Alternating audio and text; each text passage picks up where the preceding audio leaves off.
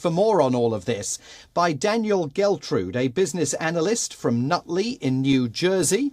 Mr. Geltrude, thanks so much for being with us here on WION.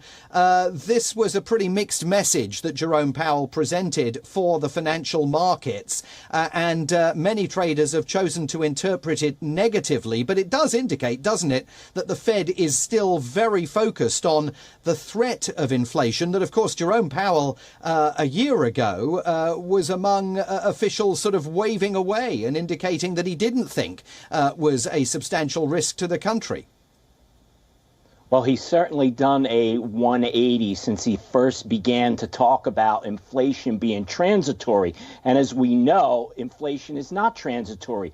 If you look at what Jerome Powell said and you substitute the word pain for recession and stagflation, because that's what he was saying, the pain that we're going to experience, this economic pain, is going to come in the form of a recession as well as stagflation.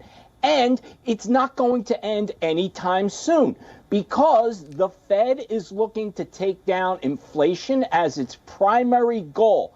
With that said, they're going to continue to raise interest rates until we get to a point where inflation is around 2%.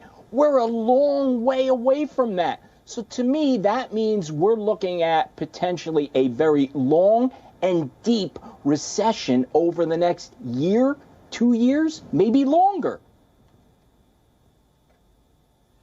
So, Mr. Geltrude, it's your position then that this is a recession that the United States is facing, even though the Biden administration doesn't want to call it one?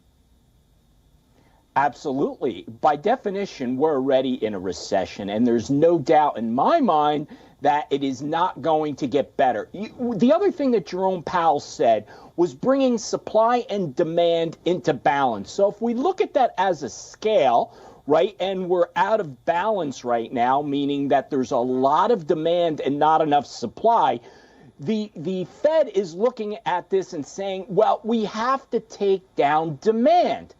My position is, let's focus in on supply. That's a lot less painful. So if demand is high, that's not a bad thing as long as the supply chains are there to provide the goods and services that people want and people need. Supply side of the equation is addressed through policy. And I think right now, specifically energy policy in the United States is what's hurting the supply chains. Fix that and we'll have less pain in getting to equilibrium. Interesting months ahead. Daniel Geltrude, business analyst from New Jersey. I hope you'll join us on the programme again. Thanks very much indeed for being with us today.